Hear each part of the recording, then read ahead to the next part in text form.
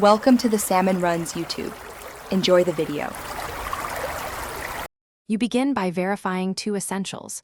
Your Samsung runs a compatible Android version, and you have space and a signed Google account. Once done, open the Play Store and search for Gboard. This avoids risky APKs. If Play Store is unavailable, enable installation from a trusted source temporarily, but uninstall later. Make sure Wi-Fi is active to save data and speed the download. You're now ready to download and install Gboard. Once Gboard is installed, go straight to Settings, then General Management, and tap Language and Input. This is where input methods live. Select on-screen keyboard and choose Manage Keyboards to enable Gboard. Toggle it on.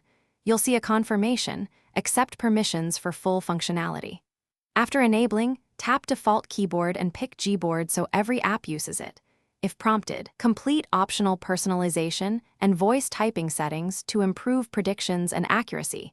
Then return to test it. Now finish by opening a messaging app and bringing up the keyboard to verify Gboard is active.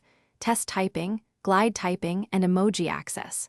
If you want, customize themes, text correction, and languages from Gboard settings to match your workflow.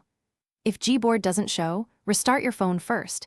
If that fails, clear the app cache or reinstall via Play Store.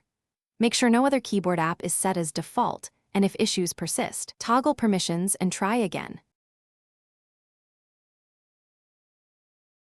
Thanks for watching. Consider subscribing if we helped you.